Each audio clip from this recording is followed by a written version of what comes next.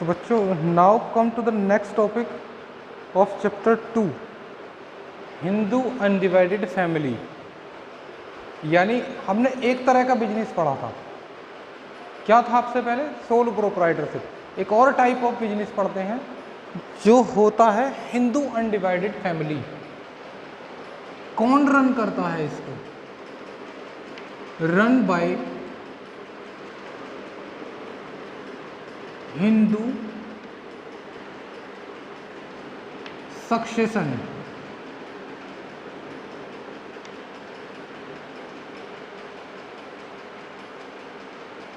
Act 1956। यानी ये एक कानून बना इस पर।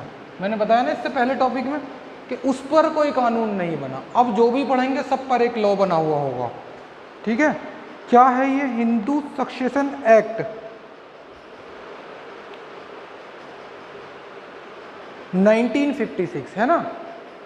अब इसको हम पढ़ते हैं एक एग्जाम्पल की हेल्प से। तो बच्चों देखो कैसे बनता है ये, क्या होता है ये बिजनेस। लो एक एग्जाम्पल ले लेते हैं हम इधर।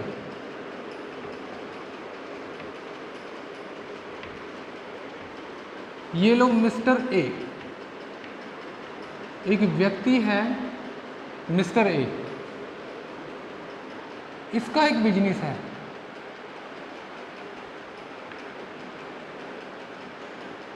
क्या है बिजनेस?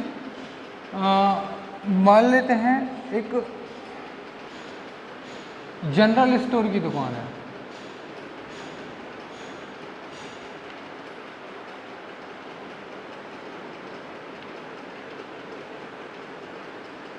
ठीक है, ये जनरल स्टोर की शॉप है इसकी। ये अकेला मालिक है इसका। कौन सा बिजनेस है यहाँ पर? ये सोल प्रोप्राइटरशिप फॉर्म। अभी तो अकेला ही मालिक है इस बिजनेस का। ये इस बिजनेस का ये अकेला मालिक है ना? क्या हुआ ये? इसे हम कह रहे हैं, मैं नाम दे रहा हूँ बिजनेस को सोल प्रोप्राइटरशिप।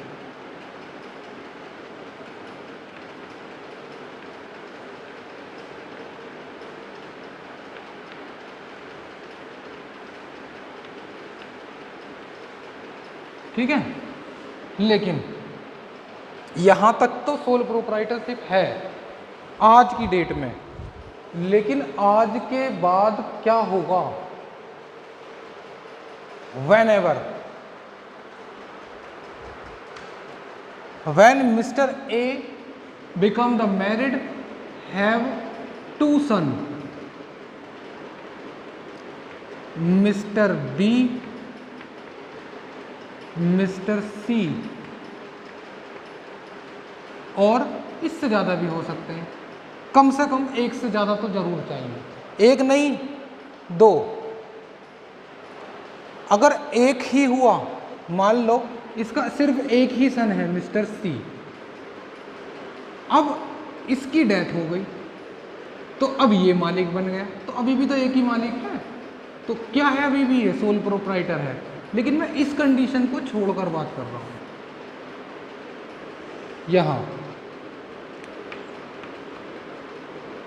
मिस्टर बी, और चलो मैं दो ही ले लेता हूं, मिस्टर सी। ठीक है, इवेंट ऑफ डेथ मैं लिख देता हूं, इवेंट ऑफ डेथ। किसकी डेथ हो गई? मिस्टर ए की, है ना? ए की डेथ हो गई। तो ये जो बिजनेस था इसके मालिक कौन बन गए? बी और सी बन गए ना? हाँ, बी और सी बन गए। लेकिन ये क्या हुआ? या डेथ हो गई या मैं रिटायर हो गया, ये है ना? चलो रिटायर भी लिख लेता हूँ, क्यों मारते हैं इस बेचारे को, हम तो रिटायर कर दें, उम्र हो गई इसकी ज़्यादा। अपने बिजनेस पर किसको बैठाने लगा? इसके बेटे बैठने लगे दोनों ये। अब इसके बेटे ही देख रेख करते हैं, है ना? ये अल्डर है, ये यंगर है, छोटा है ये, है ना? अब इसकी रिटायरमेंट होने के बाद मिस्टर बी और सी बिजनेस को देखने लगे, लेकिन अब यहाँ पर क्या हुआ, इसके मालिक तो 2 बन गए अब। तो इस केस में जो मिस्टर बी होगा और मिस्टर सी होंगे, ये मालिक तो हैं, लेकिन इस बिजनेस की फॉर्म चेंज हो गई। कौन सा बन गया ये, हिंदू अनडिवाइडेड फैमिली, यानी एक ऐसा बिजनेस जो हिंदू बिजनेस लॉ के अकॉर्डेंस, यानी हिंदू सक्सेशन लॉ, सक्सेशन का मतलब आने वाली पीढ़ी के कानून के हिसाब से वो बिजनेस ट्रांसफ़र हो गया इन दोनों के नाम। प्रॉपर्टी ट्रांसफ़र हो जाती है, जब ओल्ड एज पेरेंट्स हो जाते हैं तो वो अपनी प्रॉपर्टी उनकी जो होती है उनको देख रेख किसके हाथ में हो जाती है, बेटों के हाथ में हो जाती है। In the event of death automatically property will transferred in the hands of mister B and C. लेकिन बी और सी ने अभी अपना बंटवारा नहीं किया, वो दोनों मिलकर ही उस बिजनेस को देखते हैं। अब बिजनेस को देखते हैं तो बिजनेस के मालिक तो 2 बन गए, मैंने उसकी डेथ ही कर दी, चलो खत्म बात, मालिक ये 2 बन गए ना। लेकिन अब जब 2 मालिक बने तो वो सोल प्रोप्राइटर तो नहीं रहा, कौन सी फॉर्म में आ जाएगा वो, हिंदू अनडिवाइडेड फैमिली की फॉर्म में। ठीक है, अब उसमें तो हम सिंगल ओनर कह रहे थे, इन दोनों का नाम क्या रखें हम, क्या ये पार्टनर हैं, नहीं पार्टनर नहीं है ये, इन्होंने क्या पार्टनर्स बने थे क्या, दोनों ने मिलकर काम करा था। पार्टनर की कंडीशन अभी पढ़ेंगे, ये पार्टनर क्यों नहीं है अभी समझ में आ जाएगा। फिलहाल ये दोनों पार्टनर नहीं है, ये पैतृक प्रॉपर्टी है, यानी एंसेस्टर से ट्रांसफर होकर आई है, पूर्वजों से ट्रांसफर हुई है, यानी इसके फादर से ट्रांसफर हुई है। और ये दोनों पार्टनर नहीं, ये दोनों HUF के होल्डर हैं, HUF होल्डर। और HUF होल्डर को हम कहते हैं कोपर सेंसर, है ना, देखो कोपर सेंसर, तो हम इसको क्या कहेंगे, को पार्टनर तो नहीं कहेंगे, हम इसे कहेंगे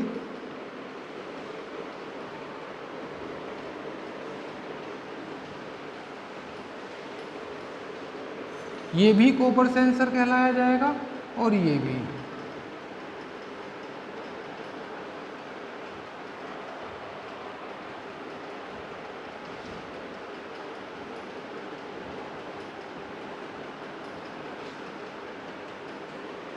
ठीक है बच्चों, अब एक बात समझ में आती है, भाई ये दोनों हैं तो एक का तो कंट्रोल होगा, अरे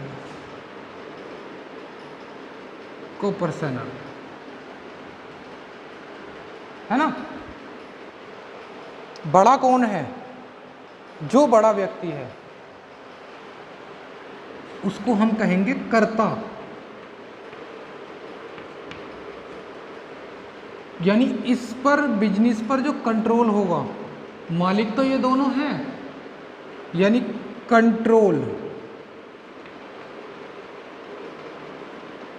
एंड मैनेज, यानी मैनेज भी यही करेगा, इसको कौन कर रहा होगा, ये कर रहा होगा, जिसको हमने नाम दिया कर्ता का। ठीक है, तो अब इनकी हिस्सेदारी बिजनेस में 50% तो इसकी होगी, है ना, 50% मालिक ये भी होगा।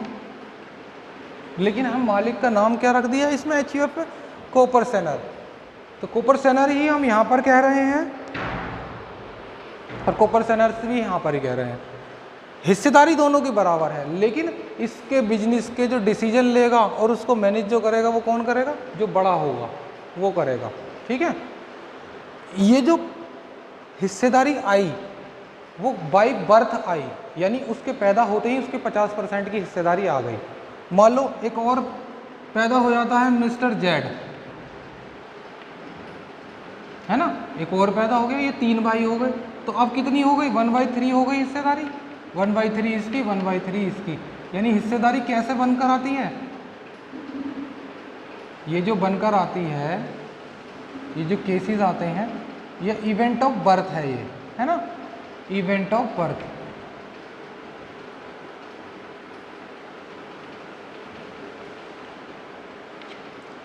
ठीक है, पढ़ते हैं feature. The business carry out by member of Hindu undivided family. ये दोनों मेंबर थे कब? क्योंकि ये इस मिस्टर ए के बेटे थे।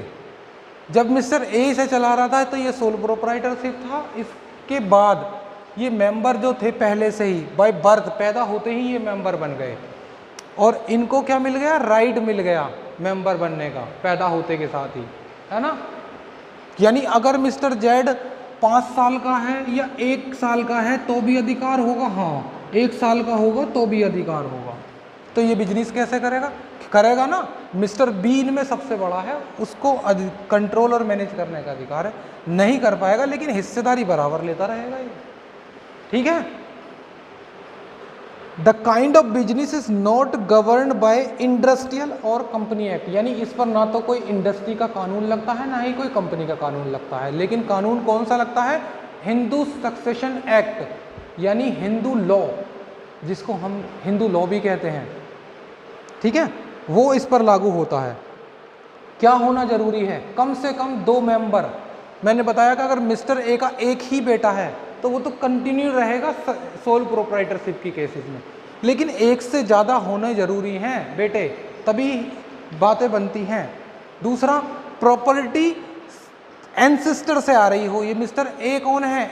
एंसेस्टर है। ये कौन है? ये दोनों सक्सेसर हैं, इसके आने वाले और ये पीछे वाली पीढ़ी। तो एंसेस्टर होने जरूरी हैं। The ancestor of the property is inheritance, यानी पीढ़ी दर पीढ़ी ट्रांसफर हो रही है बाय मेल मेंबर, यानी सिर्फ मेल मेंबर ही इसमें पार्टिसिपेट हैं अभी तक, ठीक है। लेकिन एक कानून आया 2004 के अंदर। ये पहले चला आ रहा था। ये कब से चला आ रहा था? 1956 से। लेकिन 2004 में गवर्नमेंट ने एक सर्कुलर पास किया, यानी इसमें थोड़े से चेंज करे। कैसे? क्या था वो? इक्वल जेंडर राइट, यानी डिस्क्रिमिनेशन नहीं होना चाहिए जेंडर के बीच में। जैसे मेल मेंबर को अधिकार है ऐसा ही फीमेल को भी होना चाहिए। तो 2004 के बाद इसमें चेंज लाए कि अगर मिस्टर ए मिस्टर बी दोनों मेल हैं और एक मिस्टर जेड फीमेल है तो भी फीमेल को भी अधिकार है इसमें हिस्सेदारी का, ठीक है।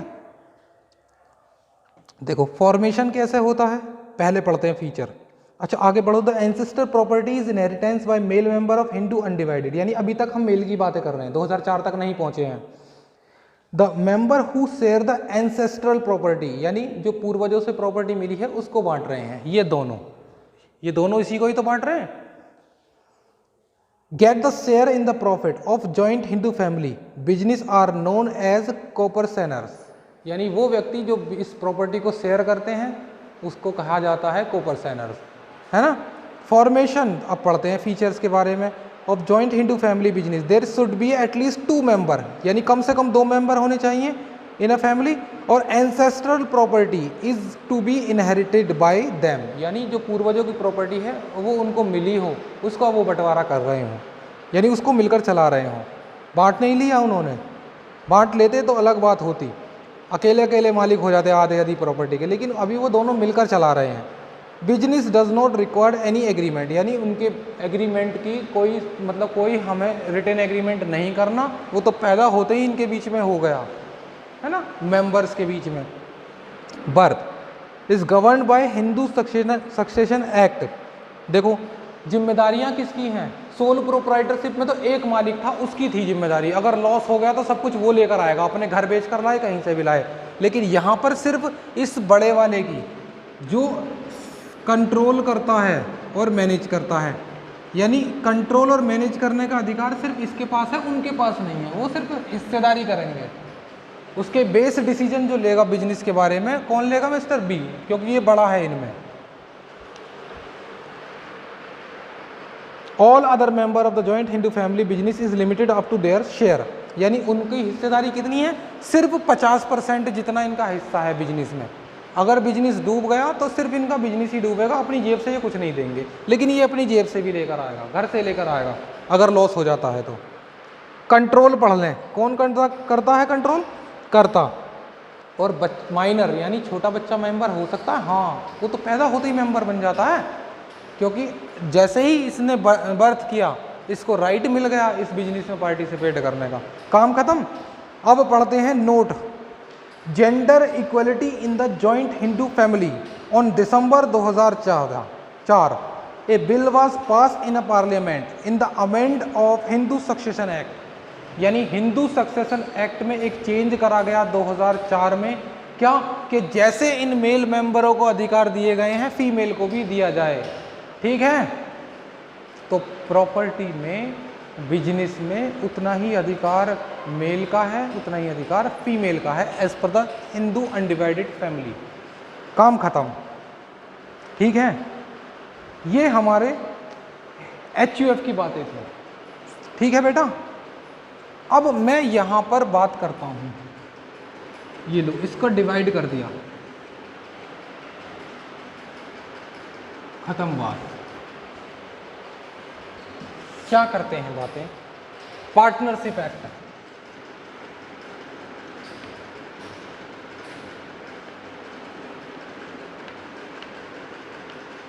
(1932)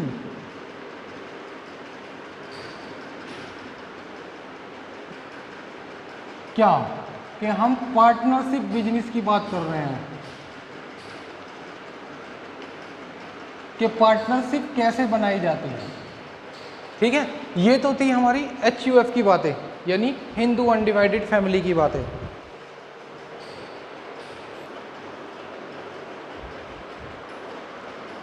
चलो बच्चों ध्यान से समझना, पूरी पार्टनरशिप की बुक है 12th के अंदर, अकाउंट्स के अंदर, यानी ये जो हम छोटी सी बातें पढ़ेंगे ना, ये पूरी बुक बन जाएगी 12th में जाकर।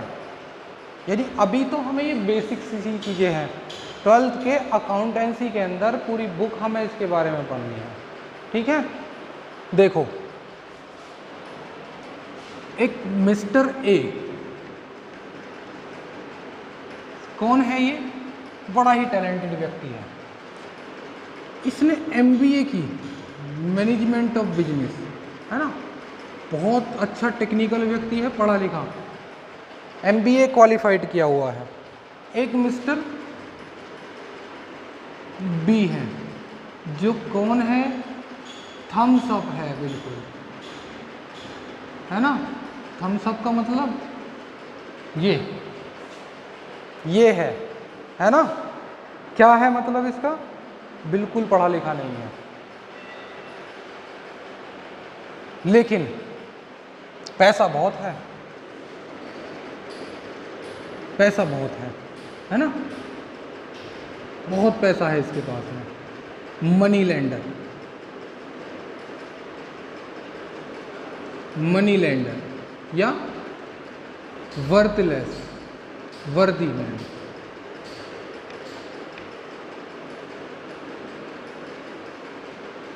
धनी है, वेल्थी लिखते हैं, बहुत ज़्यादा धनी व्यक्ति है, बहुत पैसा है इसके पास में। अब इसको कुछ काम करना है, सोच कर देखो, इसको कुछ काम करना है, क्या करेगा, एक बिजनेस स्टार्ट करना चाहता है। बिजनेस कैसा, एक रेडीमेड गारमेंट की यूनिट लगाना चाहता है, रेडीमेड गारमेंट बनाएगा और उसको मार्केट में बेचेगा। ये बहुत पैसा है इसके पास, जितना चाहिए लगा देगा, लेकिन इसको गिनती भी नहीं आती, बिल्कुल बेकार है, पढ़ा लिखा नहीं है, तब क्या करे, नहीं कर पाएगा काम, करेगा तो फ्लॉप हो जाएगा। ये बड़ा टैलेंटेड है, जानता है बिजनेस को मोड़ना कहाँ पर कैसे होता है, लेकिन पैसा नहीं है इसके पास, है ना। तो कैसे करें, उसके पास पैसा नहीं है, इसके पास टैलेंट नहीं है। एक दिन क्या हुआ, एक दिन दोनों आए और दोनों ने कॉन्ट्रैक्ट किया, अच्छा तेरे पास टैलेंट है, मेरे पास पैसा है, दोनों ने मिलकर एक बिजनेस स्टार्ट किया, है ना। अब क्या हुआ इस बिजनेस के पास, अब इस बिजनेस को चलाने के लिए टैलेंट भी है और पैसा भी है। टैलेंट किसका, इसका, बिजनेस पैसा किसका? इसका। अब तो बिजनेस स्टार्ट कर सकते हैं? हाँ, कर सकते हैं। तो when 2 और मोर पर्सन, कितने व्यक्ति हैं ये? ए एंड बी, प्लस कर दिया मैंने, तो दोनों के टैलेंट को मिला दिया, अब तो काम कर सकते हैं। when 2 or more person start A business with the concept of this, है ना। अब इन्होंने बिजनेस स्टार्ट किया, तो क्या वो यहां पर रजिस्टर्ड कराएं हिंदू सक्सेशन एक्ट में?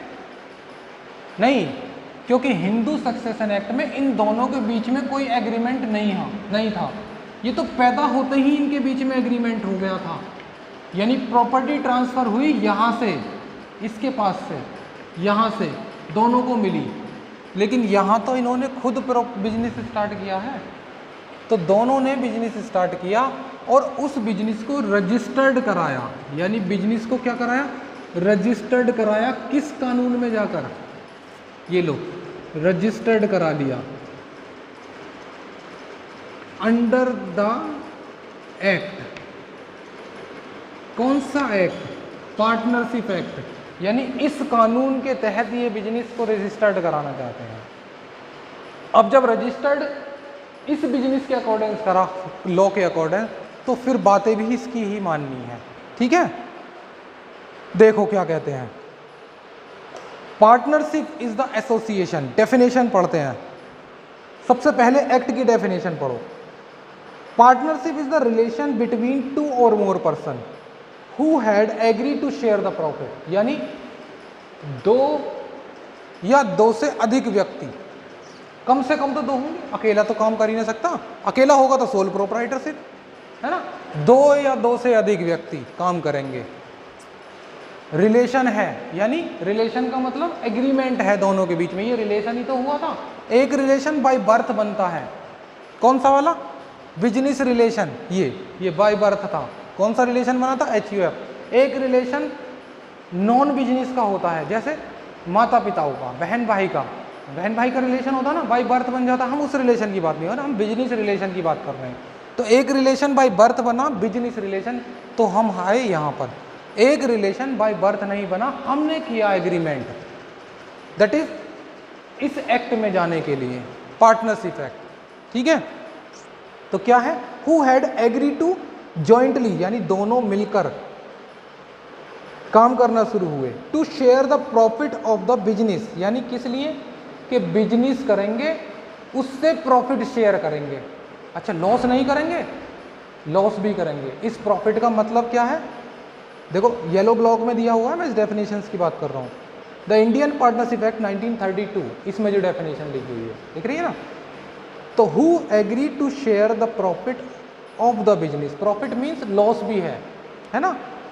Carry on by all or any of them acting for all, यानी बिजनेस सब चलाएं, दोनों मिलकर चला रहे हो या एक चला रहा हो। भाई इसने पैसे लगा दिए, इसने टैलेंट लगा दिया हो, तो काम तो यही कर रहा होगा, ये तो काम कर ही नहीं रहा होगा क्योंकि पढ़ा लिखा नहीं है, बेचारा कमजोर है, पैसे लगा दिए, लेकिन मालिक तो बन गए ना, दोनों पार्टनर तो बन गए। तो जब ये बिजनेस में काम कर रहा होगा तो इसका बेनिफिट ये भी लेगा, ये भी लेगा, है ना। तो इसकी लाइन का मतलब क्या है? कैरी ऑन बाय ऑल, सब काम कर रहे हो, चला रहे हो बिजनेस को, या एनी ऑफ देम, या इनमें से एक चला रहा हो। तो एनी तो यही है ना, यही चला रहा है, क्या है? बट एक्टिंग फॉर ऑल, यानी इसका मतलब दोनों का ही काम हो रहा है। दोबारा इस लाइन को डिस्कस करूंगा अभी फीचर्स में। तो अब देखो, जब इन्होंने ये बिजनेस स्टार्ट किया तो दोनों ने बीच में एक एग्रीमेंट भी किया होगा, बिजनेस में एक एग्रीमेंट भी तो हुआ होगा, क्या? कि हमारे बिजनेस का नेम क्या है होगा, है ना, और इसका हेड ऑफिस कहाँ होगा, ठीक है, और इसमें हम कैपिटल कितनी लगा रहे हैं दोनों, प्रॉफिट शेयरिंग रेशो PSR, दोनों कितने कितने प्रॉफिट लेंगे, ठीक है, और हम बिजनेस कहाँ करेंगे, तो टाइप ऑफ बिजनेस। तो ऐसी कुछ कंडीशंस लिखी होंगी इस डॉक्यूमेंट्स पेपर पर, और इस डॉक्यूमेंट्स पेपर पर ये दोनों सिग्नेचर कर देंगे, ये लोग। इसको हम कहते हैं पार्टनरशिप डीड। क्या कह रहे हैं हम इसको? Partnership deed.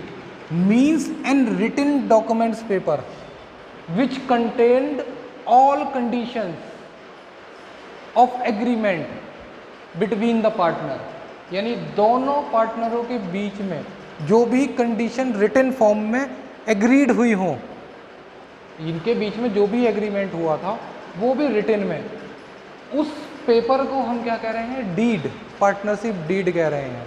ठीक है। अब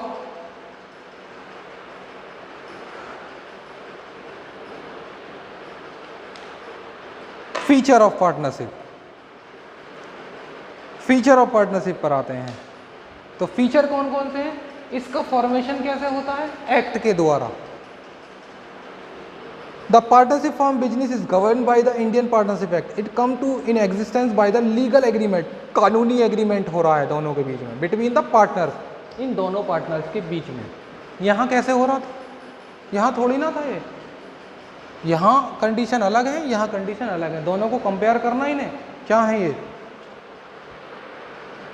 in this agreement terms and condition of the partner and ratio of sharing profit, यानी हिस्सेदारी, हिस्सेदारी की बात हो रही है। PSR, प्रॉफिट शेयरिंग रेशियो, कितना हिस्सा किसका होगा। ठीक है। The partner must be entered into the agreement for carrying a lawful business, यानी अब देखो इन दोनों ने बिजनेस स्टार्ट करा, क्या करना था कि रेडीमेड यूनिट लगानी है। क्या ये एग्रीमेंट ऐसा भी कर सकते हैं कि दोनों को मिलकर एक चोरी करनी है? ये भी तो एग्रीमेंट हो सकता कि ये और ये दोनों मिलकर चोरी करेंगे, नहीं कर सकते। या ये और ये दोनों मिलकर एक ऐसा बिजनेस करेंगे जहाँ से क्या बनाएंगे? बॉम्ब बनाएंगे। बॉम्ब यानी जो केमिकल इक्विपमेंट प्रोड्यूस करेंगे जिसको हम विस्फोटक सामग्री कह सकते हैं, ऐसी चीज़ें बनानी है तो नहीं कर सकते। सिर्फ लीगल एग्रीमेंट होगा, यानी लीगल बिजनेस को, लॉफुल बिजनेस को, यानी एक ऐसे बिजनेस को हम स्टार्ट करने के लिए पार्टनरशिप बोल रहे हैं जो इस तरह से फ्रेम हो लेकिन वो लॉफुल हो, यानी किसी भी कानून ने उसे मना ना करा हो या गवर्नमेंट उसको रेस्ट्रिक्ट ना करती हो। हम ऐसे ही बिजनेस को चालू कर सकते हैं जो बिजनेस लीगल हो। ठीक है। तो लॉफुल बिजनेस की बात हो रही है। Run with the motive of earning profit. दूसरा, अगर ये ऐसा कोई बिजनेस करते हैं या तो वो इलीगल हो या तो वो इलीगल हो या प्रॉफिट शेयरिंग रेशियो ना हो, अगर ये दोनों नहीं होंगे तो वो not a partnership.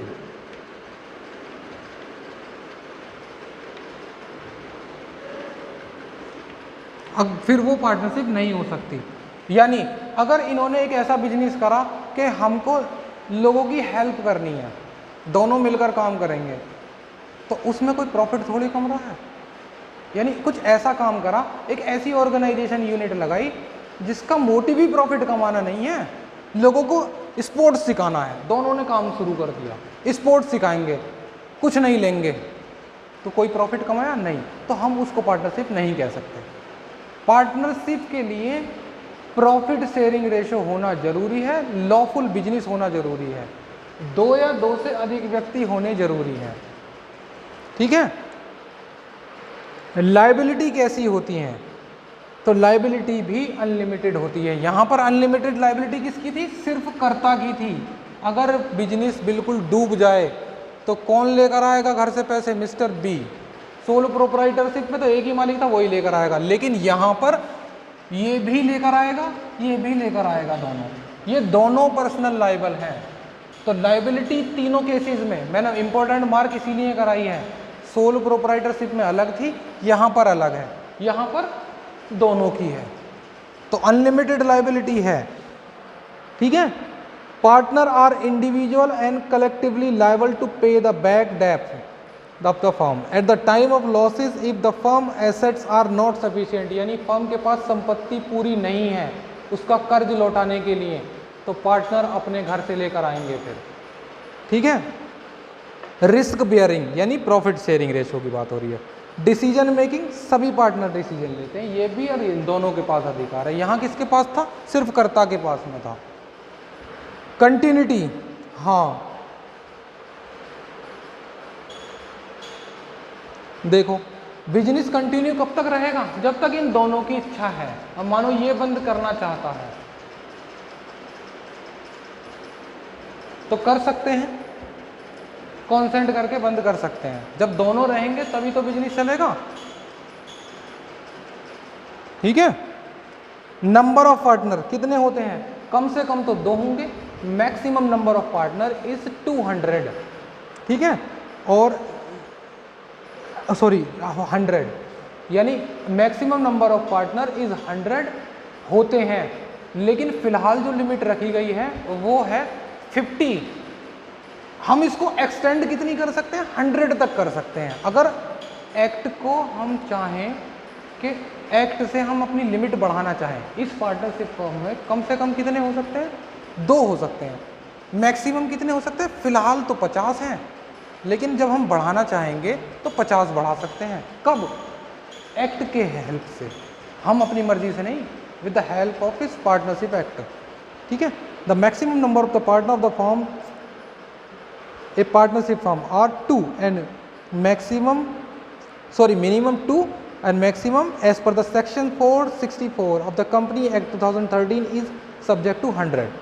The number of prescribed by government at the present rule 10 of the Company Act 2014, the maximum number prescribed by 50, यानी फिलहाल अभी 50 है। एक्ट ने तो कहा था। अच्छा एक बात और, इसके मैक्सिमम नंबर की संख्या कहाँ लिखी हुई है बच्चों? पार्टनर की संख्या एक्ट में नहीं लिखी हुई। कहाँ लिखी हुई है? दूसरे वाले एक्ट में। कौन से वाले में? कंपनी एक्ट में। Company act section 464 prescribe the maximum limit 100, लेकिन फिलहाल आज कितनी है? रूल 10 ऑफ कंपनी एक्ट 50, ठीक है।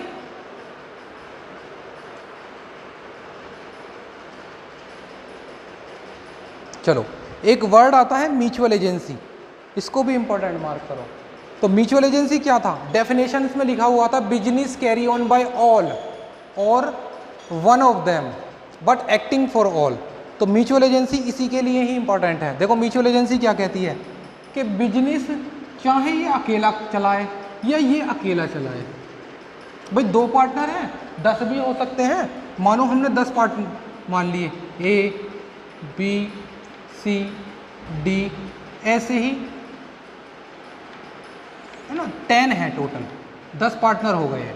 अब इसमें सिर्फ यही काम करता है पार्टनरशिप में, या ये 2 काम करते हैं, बाकी नहीं है, बाकी बाहर है, घर बैठे हैं आराम से, ये मजे लेते हैं, पैसे लगा दिए उन्होंने, काम खत्म, ठीक है। तो बिजनेस जो काम कर रहे हैं ये कर रहे हैं, तो काम इन दोनों ने करा हो या सब ने करा हो, ये माना जाएगा कि जैसे सब ने किया हो। मतलब अगर ए ने सेल कर दी ना, और उस पर प्रॉफिट हो जाए, कितने रुपए का? 100 रुपीज़ का प्रॉफिट हो गया, तो इस पर अधिकार किसका है? इन सबका अधिकार है, इस पर सब मिलकर बांटेंगे। ये नहीं कह सकता कि मैंने सेल करी है तो मैं ही लूँगा बस प्रॉफिट, यानी अकेले ने करा हो, कोई एक्शन लिया हो, या सब ने करी हो, सब ने मिलकर सेल करी हो, तो सब बांटेंगे ही बांटेंगे। लेकिन अगर अकेले ने की है तो भी सभी बांटेंगे, तो इसे कहते हैं म्यूचुअल एजेंसी, ठीक है बच्चों। इसकी मेरिट और डीमेरिट पढ़नी है आपको होमवर्क में। इसके बाद हम आगे कवर करेंगे बच्चों टाइप्स ऑफ पार्टनर, है ना। मेरिट और डीमेरिट आपको होमवर्क में पढ़नी है। टाइप ऑफ पार्टनरशिप फर्म और टाइप ऑफ पार्टनर हम कवर करेंगे नेक्स्ट वीडियो में।